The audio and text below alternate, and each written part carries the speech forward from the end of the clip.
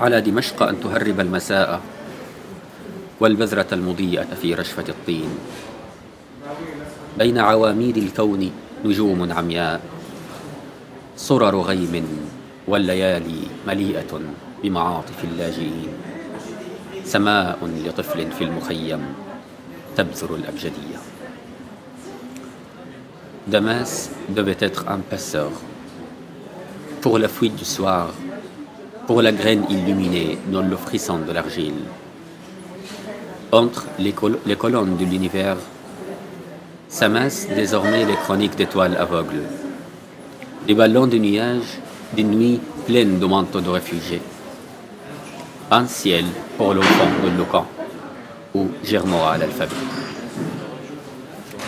Quand on quitte la terre originale où on est né, et on était obligé de faire ça, on cherche toujours un nouveau pays, on cherche toujours une nouvelle famille, un nouvel espace pour nous, un nouveau refuge. Et donc chacun il trouve son propre pays après par rapport à son travail, son amour, ses relations humaines. Et personnellement j'ai trouvé mon espace personnel par rapport à la littérature. Nous ne l'avons pas dit, Omar Youssef Souleiman, vous êtes journaliste et poète et journaliste. Vous avez quitté le pays qui est le vôtre, qui est la Syrie, à 2 reprises. La première fois quand vous étiez adolescent, vous avez su votre père, vous êtes allé en Arabie Saoudite, vous êtes revenu à Damas pour vos études, vous avez exercé là-bas le métier de journaliste.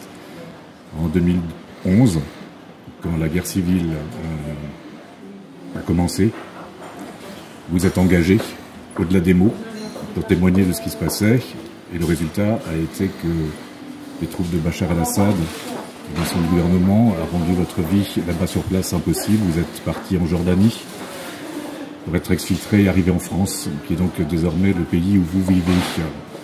Je disais poète et journaliste. Il y a quelque temps de cela apparaissait un livre de poèmes qui s'appelle Loin de Damas aux éditions de Temps Cerise. Et puis récemment, un récit qui parle justement de ce que vous avez vécu, d'abord près de Damas, enfant et adolescent, puis surtout en Arabie Saoudite. Ce livre de récit s'appelle Le Petit Terroriste, vient de paraître aux éditions Flammarion. Et la raison de votre présence ici, ce soir, c'est notamment l'adaptation qui a été faite de votre texte, de vos poèmes Loin de Damas, adaptation qui a été faite par Aline Péniteau et Jasser Hadj Youssef pour un concert et une pièce radiophonique très particulière que l'on pourra écouter sous casque. C'est un peu long comme introduction, mais votre vie est encore plus compliquée, plus complexe que ça. J'aimerais qu'on revienne quand même, avant de reparler évidemment de Loin de Damas, de la poésie, de l'écriture et du travail de Jasser Hadj Youssef et de Aline Péniteau autour de vos poèmes, de revenir sur ce moment que vous avez vécu entre l'adolescence et le moment où vous quittez Damas, où vous avez commencé à découvrir une culture, mais une culture de haine, de racisme, qui est loin de vous. C'est vrai, personnellement j'ai vécu l'exil plusieurs fois, vous voyez. La première fois que j'ai vécu l'exil, c'était quand je suis rentré en Syrie, de l'Arabie Saoudite, avec ma famille, parce que j'ai trouvé les amis que j'ai quittés. Moi je suis parti en Arabie Saoudite quand j'avais 13 ans, bien entendu. Donc je suis rentré, j'avais 17 ans. Donc les amis que j'ai quittés, même les proches, les camarades de l'école, ils ont changé beaucoup. Moi aussi j'ai changé, mais par une autre manière. Donc j'étais vraiment un étranger dans mon propre pays. Le deuxième exil, c'était quand j'ai quitté la maison à l'âge de 18 ans, parce que j'avais des idées différentes. J'étais athée dans un milieu très croyant, dans une famille salafiste. Donc j'ai quitté la maison pour trouver moi-même, pour trouver mon propre chemin. J'ai inscrit la littérature arabe à Homs et depuis, c'était à l'âge de 18 ans, j'avais une décision naturelle dans ma vie, c'est l'écriture. Depuis, je travaillais comme un journaliste et en plus, j'écrivais la poésie. Mon premier livre s'appelle Les chansons des 6 ans. Il est sorti à l'âge de 19 ans. j'étais très content, c'était comme un enfant pour moi, vous voyez. C'était un petit livre, en arabe bien sûr. Aujourd'hui, il n'existe plus ce livre parce que tous les exemplaires, j'ai quitté dans la maison de mon grand-père à Homs. Et cette maison n'existe plus, bien sûr, les exemplaires. Cette maison, voilà, est bombardée en 2015. Donc après, dès que la révolution syrienne a commencé en 2011, moi j'étais depuis le début, et c'est nature quand même, comme beaucoup de militants en Syrie, on attendait la révolution. La question, je pense, n'est pas pourquoi on a fait la révolution. Je pense la question pourquoi on ne le fait pas sur un régime fasciste. Cette révolution devait commencer depuis très longtemps quand même. Depuis l'année 63, quand le parti Baas a fait son coup d'État, et depuis on vivait sous régime fasciste. Bref. Donc un an après, en 2011, j'étais demandé par rapport aux services secrets à cause de mes activités contre le régime dans la révolution, soit car j'ai participé dans l'organisation des manifestations, soit car je filmais des victimes, je filmais aussi des manifestations, et j'étais dans un groupe de civils en social et politique pour l'uni du peuple syrien. Donc, 2012, mars 2012, j'ai décidé de sortir de la Syrie, mais j'ai jamais imaginé que je vais rester à l'extérieur plus qu'un mois, 2 mois, 6 mois maximum, comme beaucoup de Syriens, quoi. Sauf que les choses viennent tout seul, parce que j'avais l'impression que la situation sera mieux dans quelques mois, sauf que la situation est devenue horrible après ma sortie.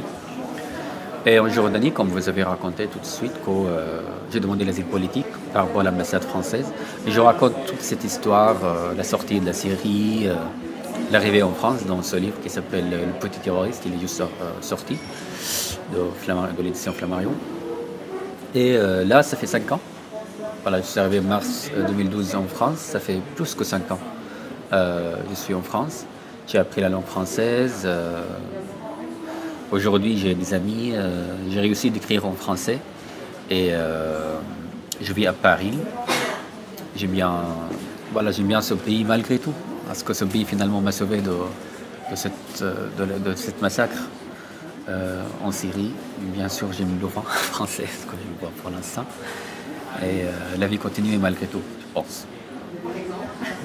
Le Petit Terroriste, ce récit qui vient de paraître, que vous avez écrit, c'était un besoin de reparler de votre adolescence, d'essayer de faire comprendre aux autres ce qui est en train de se passer, oui, là-bas, en Syrie, en Arabie Saoudite, oui, mais aussi chez nous, en France.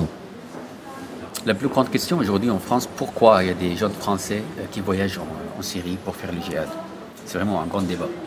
Je pense d'abord, quand je racontais mon histoire, quand j'étais vraiment attaché par rapport à Al-Qaïda, par rapport à Osama Ben Laden, quand mon modèle était mon rêve être un djihadiste comme Cheikh Osama, le roi Osama. Ouais.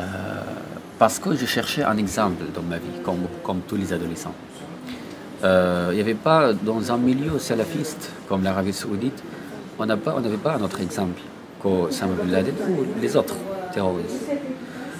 Et là-bas, aujourd'hui, quand je fais l'analyse, je trouve que je n'ai pas cherché Osama Ben Laden comme un islamiste, comme un terroriste, mais comme un héros. J'avais besoin d'un héros qui va me sauver de ce milieu raciste où j'ai vécu. Donc, je racontais cette histoire de mon adolescence, comment j'étais vraiment, mon rêve, faire un attentat, enfin que je vais au paradis. Lorsque je suis devenu un athée, cette adolescence, vraiment, c'était un voyage de la religion jusqu'à l'athéisme. Et de la langue arabe à la langue française, parce que ce livre, je l'ai écrit au début en arabe, puis je l'ai réécrit en français. En plus, il y a un voyage de la Syrie en France, que je commence le livre par rapport à mon arrivée à Paris, et je le finis par rapport à mon partir de l'Arabie Saoudite en Syrie. Donc il y a plusieurs voyages là-dedans, et par rapport à ces voyages, j'essaye d'expliquer la personnalité des gens qui sont attachés par rapport aux islamistes et pourquoi ils voulaient faire les djihad, surtout les gens, les jeunes ou surtout les adolescents. Pourquoi un petit terroriste? Parce que c'est pas un vrai terroriste. C'est d'abord le titre, car quand j'étais petit, il m'appelait le petit Omar. Pour me séparer de mon oncle qui s'appelait le grand Omar. Puis j'ai grandi, je m'appelle toujours le petit Omar. Donc quand j'ai trouvé Allah en Arabie Saoudite, je me disais, comme je m'appelle le petit Omar, aussi pourquoi pas le petit terroriste quand même. Donc je voulais être le plus petit terroriste du monde. Mon idéal là-bas, c'était, comme j'ai dit tout de suite, c'était Osama Ben Laden et les idées religieuses qui m'ont touché beaucoup. Les idées de Coran et de Hadith. Et dans ce livre, je propose ce problème. Je propose cette question. Est-ce que l'islam est une solution dans le monde arabe ou c'est une partie de notre propre problème contre toutes les catastrophes qu'on vit? Est-ce que le texte coranique est un problème ou une solution? Parce qu'on trouve toujours les inverses dans le texte coranique. Et malheureusement, il y a la violence dans ce texte. Pareil dans le hadith. Donc, je propose ces questions et je ne réponds pas parce que c'est pas mon travail de répondre. D'abord, je raconte ma propre histoire, je propose ces questions et après le lecteur, c'est lui qui décide. C'est pas bon. Dans ce récit, il y a comme dans les poèmes quelque chose de très